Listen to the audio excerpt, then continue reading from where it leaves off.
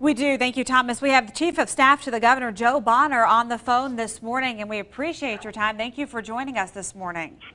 Well, Jessica, it's good to be on the program with you. I'm just sorry it's under these circumstances. I think Bill and I probably were talking about this 16 years ago when it was Hurricane Ivan. So we've been there and done that, and that experience hopefully will help us get through the worst of Sally. Well, you have a good memory, Joe. I tell you what, even back then we would rely on things like disaster declarations and emergency orders and things like that.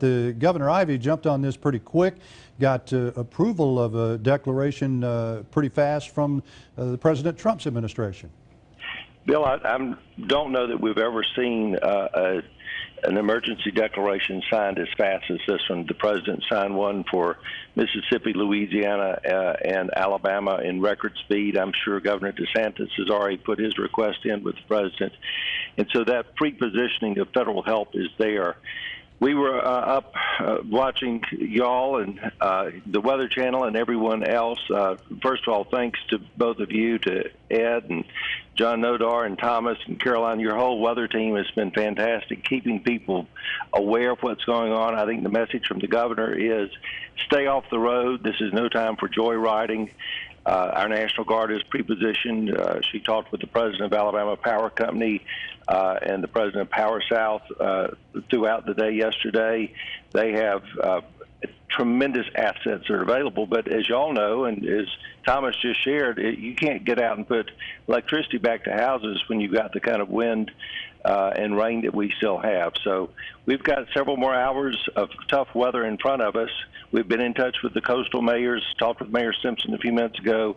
All of your elected leaders, we're so blessed in South Alabama to have such an experienced leadership team throughout Mobile and Baldwin counties. So the local officials, listen to them, listen to your EMA messages, and again, thanks to the folks at WKRG and the other stations throughout the Gulf Coast for heeding the warnings that we've been given and giving the messages out to your listeners.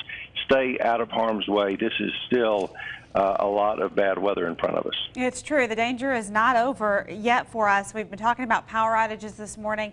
We've counted more than 200,000 outages between Mobile and Baldwin County. Down trees, you're seeing some of the damage reports as well.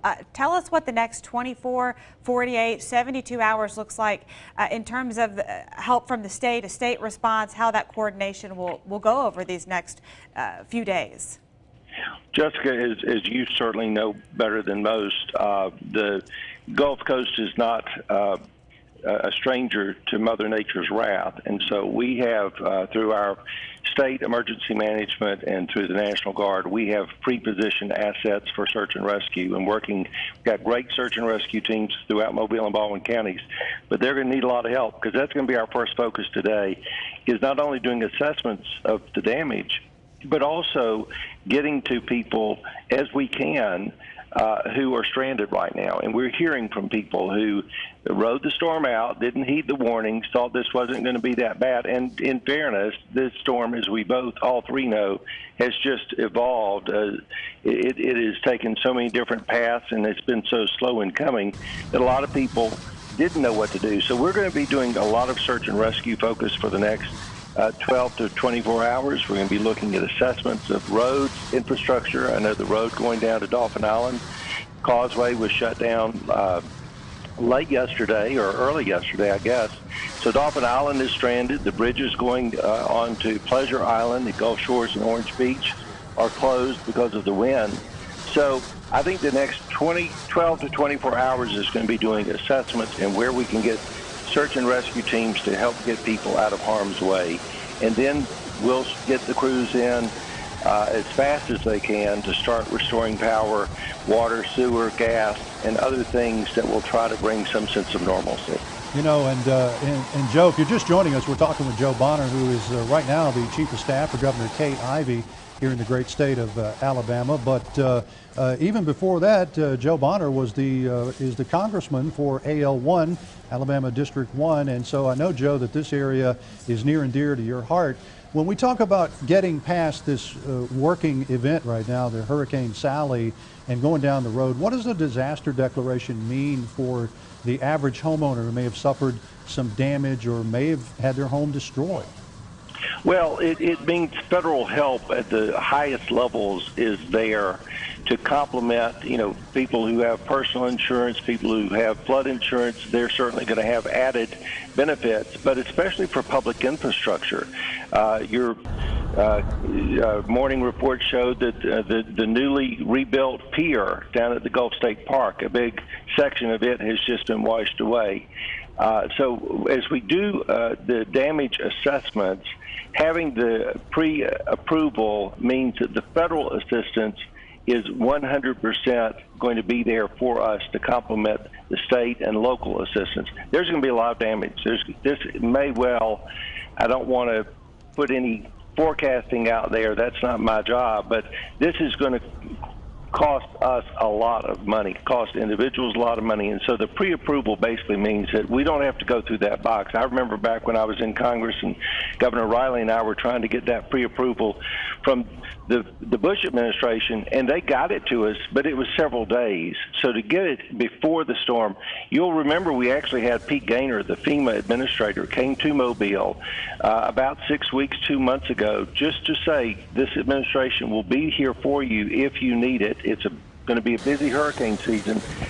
We told him we didn't want to see him, but I'm afraid he's going to have to come back. And we will probably see the president come down to the Gulf Coast.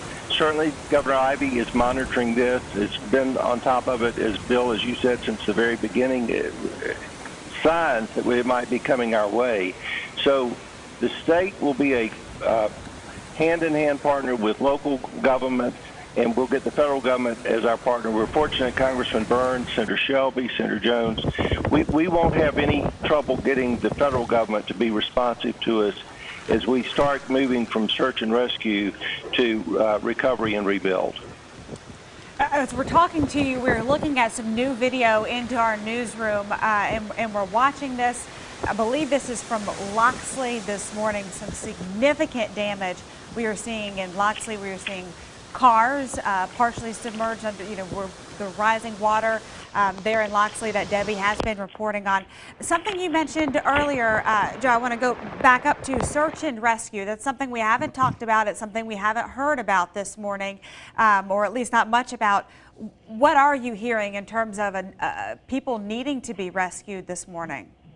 Well, again, the local officials are at the county EMA centers in Baldwin County and in Mobile, and they will probably be making some public announcements about that in the next few hours would be my guess. So they are on the ground, and I would defer to them. But we have pre-positioned water assets in case we need them. When we talked with Mayor Collier on Dauphin Island late yesterday, there were a lot of people in Dauphin Island who simply said they wanted to ride this out. They've been through Mother Nature's wrath before, and at that time we were looking at a low Category 1.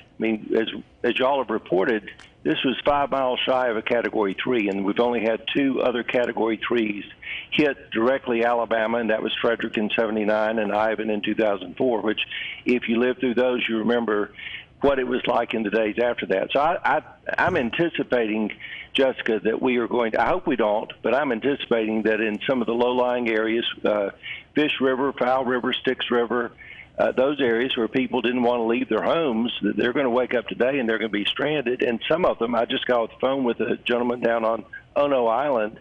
The water rose enough to where it's now in his house.